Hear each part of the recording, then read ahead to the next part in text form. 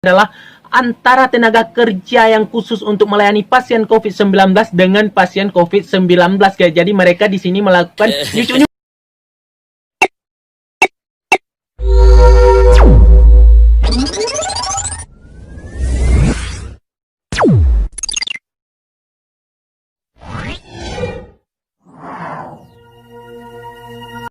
Halo guys, terima kasih telah mengklik video ini dan saya harap kalian semua masih dalam keadaan baik-baik saja. Dan saya sangat-sangat berterima kasih buat kalian sudah mendukung saya, dukungan secara moral, walaupun saya mengharapkan dukungan secara finansial sih. Tapi tidak apa-apa, dukungan secara moral kalian, pesan dari kalian sangat membuat saya lebih semangat, termotivasi untuk terus berkarya, berkreativitas. Guys, tanpa kita sadari kita sudah berada di penghujungan tahun 2020 dan lagi gas to 20 and 21. Dan seperti yang kita tahu, beberapa waktu ini banyak sekali berita viral yang dibahas di dunia maya maupun dunia nyata maupun dunia gaib.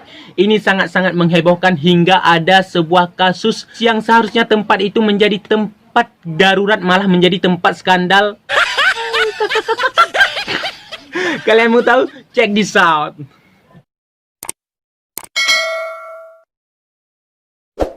Jadi guys, berita viral minggu ini di mana ada seorang pemuda yang mencurahkan isi hatinya di platform TikTok, memberikan opininya tentang kurangnya pelayanan pihak iBox. iBox adalah tempat penyediaan iPhone dan aksesoris iPhone. Seperti yang kita tahu, iPhone itu hanya mereka-mereka para miliarder, para sultan yang mampu membelinya guys, bukan orang seperti kita rakyat jelata biasa. Kalaupun orang seperti kita mampu membelinya, mungkin sudah kita jualkan tanah, banyak air mata yang sudah berkorban guys.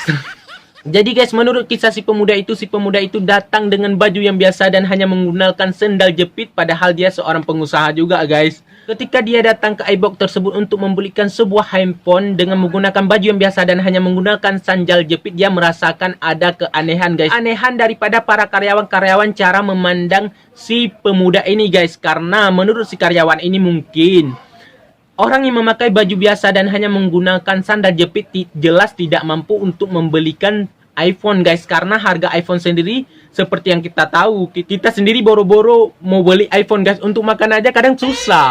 Jadi guys, pemuda ini mencurahkan isi hatinya tentang keanehan para karyawan-karyawan di sana ketika memandang dia, apa yang dikenakan di badannya guys. Istilahnya bisa dibilang mungkin yang dirasakan oleh si pemuda ini seperti disepelekan oleh pihak-pihak yang bekerja di iBox tersebut guys. Dan dia pun mencurahkan apa yang dirasakannya itu di platform TikTok, dan ini dibahas oleh warganet.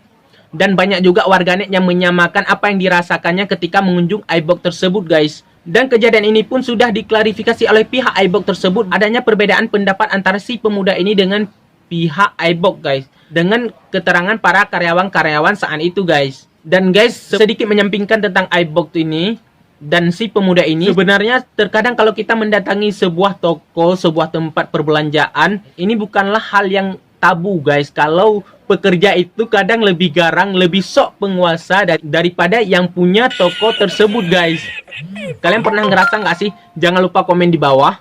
Dan guys, yang viral juga minggu ini di mana terjadinya insiden penghinaan oleh akun YouTube yang berbendera Malaysia, di mana dia melecehkan lambang negara Indonesia, lagu Indonesia Raya, bendera merah putih. Dia lecehkan oleh akun YouTube ASEAN My Channel ini. Ini sontak dibahas oleh warganet dan banyak sekali warganet yang mengecam, bahkan di dunia nyata pun banyak yang mengecam pihak-pihak Indonesia, banyak yang mengecam apa yang telah dilakukan oleh oknum akun YouTube My Channel ini guys, ASEAN My Channel ini guys. Karena sungguh ini sesuatu yang sangat-sangat tidak pantas untuk dia lakukan, untuk menghina identitas sebuah negara guys. Kalau selama ini Malaysia dan Indonesia sering mengklaim adat dan budaya bahkan hingga masakan, namun guys, ini sesuatu yang sangat disayangkan apa yang telah dilakukan oleh akun YouTube ASEAN My Channel ini, di mana dia menghina identitas negara kita dengan sangat-sangat tidak pantas dan tidak layak guys. Bahkan dia juga menghina presiden kita saat ini, presiden yang sangat kita cintai, dan juga seorang bapak pendiri negara kita Indonesia, sang proklamator Soekarno,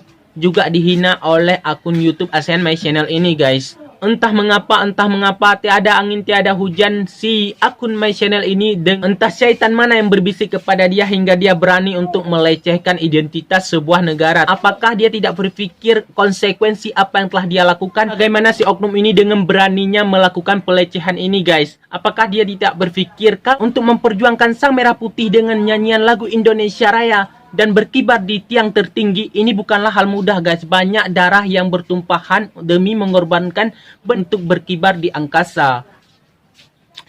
I don't know what happened. Dan apakah dia tidak melakukan introspeksi terhadap dirinya jika misalnya orang lain melakukan penghinaan yang sama terhadap negaranya?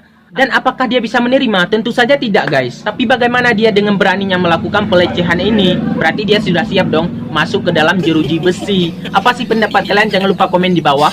Dan berita viral minggu ini di mana adanya berita kehilangan seorang istri dari seorang suami, di mana istrinya ini kabur dari rumah padahal tidak ada masalah apapun antara keduanya, guys. Dan istrinya ini bernama Iin Cahyani yang berusia 17 tahun yang berasal dari desa Situraja, Kecamatan Gantar, Kabupaten Indramayu. Dan suaminya yang bernama Entis Sutisna berusia 25 tahun. Menurut dari beberapa pihak kepada Entis Sutisna ini, suami dari si Iin Cahyani ini, banyak kerabatnya mengatakan kalau istrinya ini kabur ke arah jalur Pantura menggunakan sepeda motor, guys. Istrinya ini sebelum kabur menggunakan sepeda motor, dia sempat berjumpa dengan suaminya di tempat kerja suaminya sebagai buruh petani, dan pada saat itu si bapak ini sedang mencuci traktor, guys. Dan si istrinya ini meminta kepada bapak ini untuk meminjamkannya sepeda motor. Dan karena si bapak memang tahu istrinya ini belum mahir mengendarai sepeda motor, tentu saja si bapak tidak mau terjadi apa-apa dengan istrinya dan dia pun tidak memberikannya sepeda motor. Istrinya ini balik ke rumah dan meminta sepeda motor kerabatnya.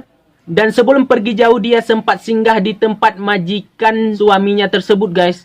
Menitipkan handphone dan kemudian langsung pergi dan tak pernah kembali sampai sekarang. Karena istrinya yang tak kunjung kembali, tentu saja suaminya ini khawatir terhadap istrinya, guys. Karena memang tidak ada hal yang memicu untuk membuat mereka berpisah hingga istrinya kabur, guys. Dan suaminya pun mencari istrinya ini hingga suaminya ini pun bertanya kepada mantan pacar istrinya ini. Karena setahu suaminya, si istrinya ini beberapa waktu lalu masih sempat berhubungan dengan mantan pacarnya ini. Dan dari mantan pacarnya itu tersebut diketahui kalau istrinya ini berada di daerah Cikalong, guys. Dan menurut informasi sampai sekarang ibu ini belum ditemukan di mana keberadaannya dia sekarang, karena ada kerabatnya mengatakan dia membawa sepeda motor ke arah jalur Pantura dan chattingan Iin Cahyani ini dengan mantan pacarnya kalau dia sedang berada di daerah Cikalong, guys. Dan si bapak ini dengan beraninya dia menanyakan kepada mantan pacar istrinya ini. Sungguh ini sesuatu yang memang jarang dilakukan oleh banyak orang, guys. Apa sih pendapat kalian? Jangan lupa komen di bawah. Dan tentu saja kita mengharapkan ibu Iin Cahyani ini pulang ke rumah dalam keadaan sehat walafiat dan tidak ada satu kendala apapun yang menimpa beliau. Dan guys, ini yang paling menghebohkan minggu ini, di mana terjadinya skandal homoseksual dan dilakukan di Rumah Sakit Kemayoran yang sekarang seperti yang kita tahu sedang digunakan khusus untuk pasien COVID-19 atau pasien corona. Dan ini malah menjadi tempat skandal homoseksual, dan yang melakukan adalah antara tenaga kerja yang khusus untuk melayani pasien COVID-19 dengan pasien COVID-19, guys. Jadi mereka di sini melakukan nyucu-nyucu, guys. Kasus ini diketahui ketika si pelaku, di mana dia adalah seorang pasien COVID-19 yang dirawat di Rumah Sakit Darurat COVID-19 di Kemayoran, mengunggah tangkapan layar, screenshot layarnya, chattingannya dengan tenaga kerja yang bekerja di Rumah Sakit Darurat COVID-19 di Kemayoran ini, di mana perbincangan tersebut mengarah kepada eksekusi antara dia dengan si tenaga kerja di Kemayoran tersebut, guys. Sontak ini menjadi viral dan dibahas oleh masyarakat di dunia maya, oleh warganet Indonesia tentang skandal kasus ini, yang mana pelaku yang mengunggah ini masih menjadi pasien COVID-19 dan pelaku yang satunya lagi itu seorang perawat pasien COVID-19, guys. Karena viralnya di dunia maya, tentu saja diketahui oleh pihak-pihak yang berada di Rumah Sakit Kemayoran tersebut dan dipanggil tenaga kerja yang telah melakukan itu untuk melakukan swab, guys. Dan swab pun dilakukan oleh pihak sana dan diketahui dia negatif corona, guys. Dan guys, di sini menjadi pertanyaan saya pribadi, tenaga kerja ini masih negatif corona dan si pasien ini masih positif corona, padahal mereka sudah melakukan hubungan tersebut, guys. Ini bukan lagi sentuhan, guys, tapi sudah pemberontakan. Si tenaga kerja ini masih negatif corona, kalau si pasien itu diketahui sampai sekarang masih positif corona. Apa sih pendapat kalian? Kalau sih saya berpendapat mungkin corona pada saat itu sudah menghindar. Tidak sanggup lagi untuk menghalangi nafsu yang sedang naik-naiknya di antara mereka berdua. Mungkin begitu ya, guys. Namun saya tidak tahu juga. Dan menurut dari beberapa sumber, kasus ini sedang diselidiki oleh pihak kepolisian. Dan saya pribadi sih mengharap untuk tidak pernah lagi terjadi kasus-kasus serupa ya, guys. Karena sungguh ini contoh yang tidak baik. Seperti yang kita tahu, negara kita sekarang, dunia sekarang ini sedang dalam keadaan pandemi. Namun apa jadinya kalau tenaga kerja itu melakukan hubungan seksual dengan pasien yang mengidap COVID-19? Sungguh ini. Guys, jangan lupa like, komen, dan subscribe.